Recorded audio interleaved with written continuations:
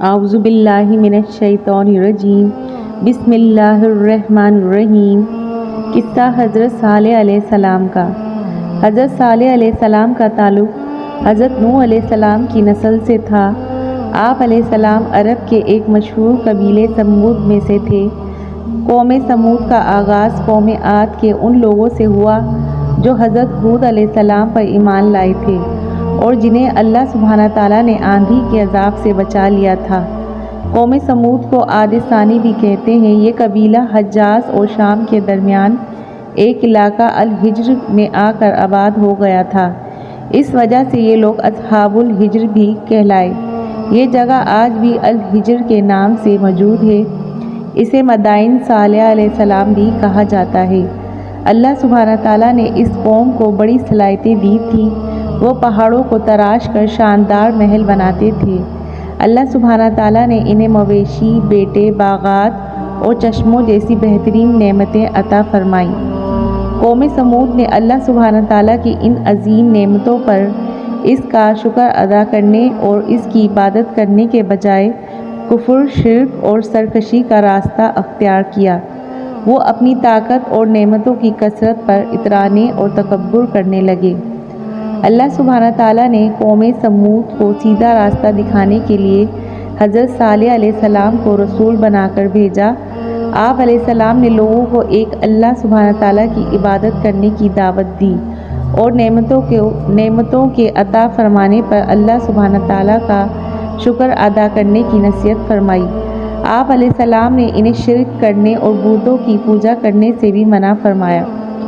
قوم سمود نے حضرت صالح علیہ السلام کی مخالفت کی اور دعوت توحید کو ماننے سے انکار کر دیا۔ ان لوگوں نے آپ علیہ السلام پر مختلف اعتراضات کرنے شروع کر دیے۔ ان کی قوم کے کافر سرداروں نے اپنی قوم کو گمراہ کیا اور غریب اہل ایمان کو سیدھے راستے سے ہٹانے کی بہت کوشش کی۔ قوم سمود نے حضرت صالح علیہ السلام سے ایک ایسا مطالبہ کیا جس کا پورا ہونا ناممکن نظر آ رہا تھا۔ وہ حضرت صالح علیہ السلام سے کہنے لگے کہ اگر تم اللہ سبحانہ تعالیٰ کے سچے رسول ہو تو کوئی نشانی لے کر آؤ۔ ان کا مطالبہ یہ تھا کہ ان کی آنکھوں کے سامنے پہاڑ سے ایک زندہ اونٹنی نکلے جو بچہ پیدا کرے، تب وہ حضرت صالح علیہ السلام کو اللہ سبحانہ تعالیٰ کا رسول مانیں گے۔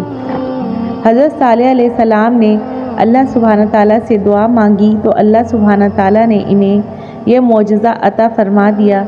اس طرح اللہ سبحانہ تعالیٰ نے ان لوگوں کے اس مطالبے کو پورا کر دکھایا اور پہاڑ سے ایک زندہ اونٹنی نکل آئی جسے قرآن حکیم نے اللہ کی اونٹنی کہا ہے۔ یہ اونٹنی ان کے لیے ایک آزمائش بنا کر بھیجی گئی۔ وہ اتنا بڑا معجزہ دیکھ کر بھی ایمان لاتے ہیں یا نہیں، مگر اس معجزے کو دیکھنے کے بعد بھی قوم کے چند ہی لوگ حضرت صالح علیہ السلام پر ایمان لائے۔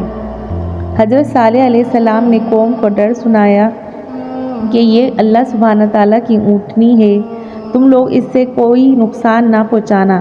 اگر تم اس اونٹنی کو نقصان پہنچایا تو تم پر اللہ کا عذاب آ جائے گا۔ قوم سمود کے لیے پانی حاصل کرنے کی جگہ ایک کنواں تھا جہاں سے وہ لوگ اور اللہ سبحانہ تعالیٰ کی اونٹنی سب ہی پانی پیتے تھے۔ حضرت صالح علیہ السلام نے قوم اور اللہ سبحانہ تعالیٰ کی اونٹنی کے درمیان پانی پینے کے دن مقرر فرما دیے۔ آپ علیہ السلام نے فرمایا ایک دن قوم اور ان کے جانور پانی پئیں گے اور ایک دن اللہ سبحانہ تعالیٰ کی اونٹنی پانی پیے گی۔ قوم کے لوگ اللہ سبحانہ تعالیٰ کی اونٹنی کو کچھ دن تو برداشت کرتے رہے، لیکن پھر ان کافروں نے آپس میں مشورہ کیا کہ اسے ہلاک کیا جائے۔ پھر ان میں سے ایک بہت ہی برے آدمی نے اونٹنی کی ٹانگیں کاٹ ڈالیں۔ اونٹنی چیختے ہوئے زمین پر گر پڑی اور مر گئی۔ حضرت صالح علیہ السلام نے قوم سے فرمایا کہ تمہارے لیے 3 دن کی مہلت ہے، تم کچھ اور مزے کر لو، پھر اللہ سبحانہ تعالیٰ کا عذاب تمہیں گھیر لے گا۔ 3 دن بعد اللہ سبحانہ تعالیٰ کا عذاب ایک بہت تیز آواز اور زلزلے کی صورت میں آیا جس نے تمام کافروں کو ہلاک کر دیا۔ اپنی طاقت پر اترانے اور غرور کرنے والے یہ لوگ اپنے گھروں میں انتہائی بے بسی کی حالت میں مردہ پڑے رہ گئے۔